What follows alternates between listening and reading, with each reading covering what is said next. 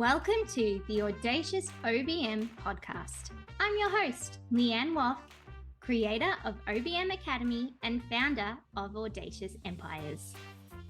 Each week, my crew and I will explore all things building and scaling an exceptional OBM business. This podcast is here to share how you can charge premium prices, have clients lining up to work with you, and never have to work another weekend again. You can have a thriving OBM business, working with the clients you want, when you want, and charging the price you want.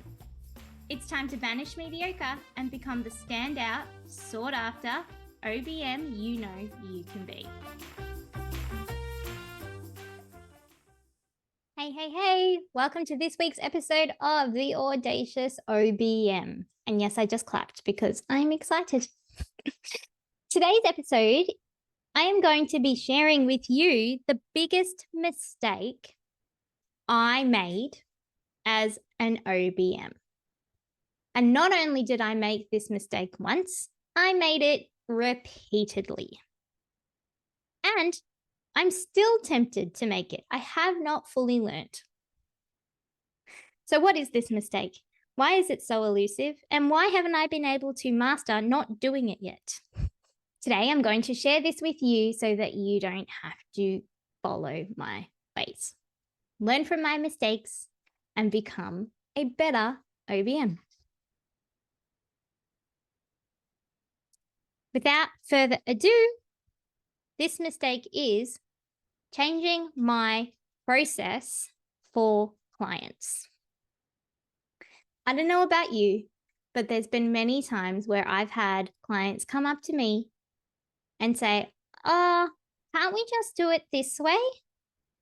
Or I would really prefer if we did this, and this first, then did that.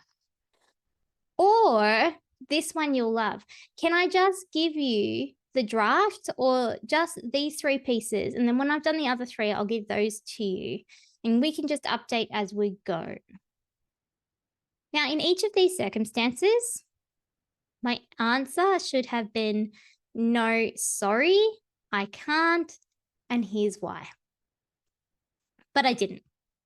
I second-guessed myself, I second-guessed my expertise, and I thought, hey, we'll give it a go. Has not turned out well for me even once. I want to share some of the benefits and the consequences of each of these decisions and why I believe I keep coming back to this mistake. So, first benefit I want to share is it makes clients happy. Usually this is only short term though. They feel appreciated. They feel like you've been a little bit flexible and you're making allowances for them. They're getting the thing that they asked for. It makes them happy. But does it really get them the outcome that they wanted? Because my guess is if they could do it themselves to the level that you could, they wouldn't need you. So it doesn't make much sense for the client to control the process. Sure, input into the process. But if it goes against your experience or your expertise, explain that. Don't just say yes and change it. Because it has the consequence of the client having to do more. You can't just follow your usual steps or identify the patterns and rhythms that you have before for the things you've seen and done over and over. And your client ends up having to lead whatever the change is. If you're going about things differently and your client is the one that has requested it be done that way, generally they're going to know more than you do about this thing. And then all of a sudden the responsibility is on them to help you do it, which generally isn't what we want. It also has the benefit of being seen as open-minded and flexible. We're humans and we want people, especially our clients, to see good in us and to think that we are good people and we are trying hard and we are invested. And we think that being open-minded and flexible will help create that picture of us.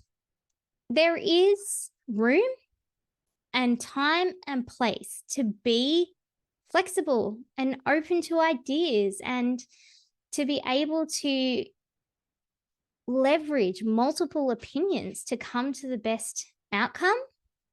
But in terms of process, in terms of things that you have done and done repeatedly, that you are confident in, more times than not, it is detrimental to your client to just do the thing that has been suggested just because it's easier to agree or you think it will make them happier. At the end of the day, it doesn't matter if right now it's a little bit easier if it doesn't get the outcome in the end. And what you're doing by just saying, yes, okay, I'll be flexible, I'll do it this way and that way. Not only are you crossing your own boundaries, if you haven't read Dr. Rebecca Ray's Setting Boundaries book, please do.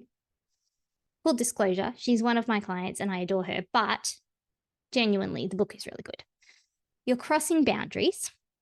It also has the consequence of throwing away all of your experience. You've spent your life building up your tools and your thought process and the way that you go about things. And the second that you just say, okay, we'll do it your way, you're automatically discounting all of that experience. And that experience and that expertise and the fact that you have done this before and seen this time and time again is really valuable. And if you're not using that experience and expertise to build up your clients' businesses and to help them, then you're doing them an injustice. The next benefit. This might be very specific to me, but I love to learn. And generally, if someone is saying to me, hey, have you seen this or have you tried doing it this way? I get excited and I want to learn the new thing, which is all good and well. I have built a business that has always had the purpose of allowing me to learn and to learn and to learn some more because I value that and I like that and it brings me joy. That does not mean I necessarily have to change my processes when delivering things for clients to serve my need for learning. That's a desire. It's not a necessity. And although I'm inclined to say yes because I like to learn or I want to see how it would look, it has the consequence of a really large time investment, which could then put projects at risk. More time needed because it's not what we've experienced before. We face different problems. We can't foresee the hurdles quite as well. And all of a sudden, that fun thing that when you were asked, can't we just do this, has backfired. Now, we will come to the very biggest issue with saying yes and changing what you do or going against what you believe is the best option. And that is, it leaves all the risk on you. You are the service provider. You are the online business manager. And every time I have changed my process or done this a little differently, and I go against my better judgment and try and please the client, it has backfired. And when it backfires, my clients end up unhappy and somehow it's all my fault. And it's not something I argue with, and it's not something that I hold a grudge with. But it has taught me that there are things that you can be flexible with and things that you really shouldn't be flexible with. And the second that I hear come out of my mouth, we don't usually do it that way. Now it's an indicator. I need to think really carefully before I commit to anything, because there has to be logic, reason, solid evidence of why I should do it a different way if all of my experience and expertise is saying the opposite. Because history has told me that usually my process is correct, and that trying to please other people only ends up getting my clients a worse result, or with them being unhappy, than instead having an incredible experience. And if I learn to have the harder conversation up front and explain why I do it the way that I do it, or why I don't think it is a good idea to change that path, I could end up with a very unhappy client instead of a very happy client. And it's not a great exchange, if I'm honest. So don't make this mistake. And if you do, please do what I have done and try again and try again. And remember, if you're going to change the way you operate, have solid reasoning as to why.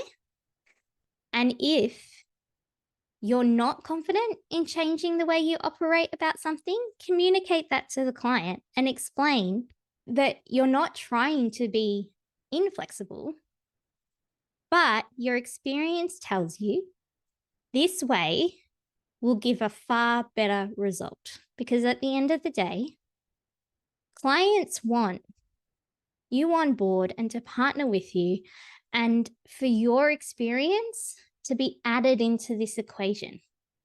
They know they want an outcome, and usually they're more than happy to share how to get to that outcome because they want to do it with you. But it's not in exchange for your advice and experience. It's to be brought together. So that is my biggest mistake. And I will continue to try and not make this same mistake. But I hope that has helped you and maybe helped you identify some patterns that you have in your own business, or brought clarity to why you've had unhappy clients in the past, possibly. Let me know in the comments. Otherwise, thank you for joining me on today's episode. I will see you next week. And if you want more insight, head to audaciousempires.com/roadmap, where you will find my 9 steps to becoming a 6-figure OBM roadmap. Bye, guys. Thanks for joining us for this week's episode of The Audacious OBM. We hope this episode has helped you move forward in your journey to being a standout and sought after OBM. If you enjoyed the episode, take a second to rate and review. Each review helps us to help other OBMs just like you. If you're interested in learning more about OBM Academy and all that it offers, head over to audaciousempires.com to get all the juicy details. We'll be back next week.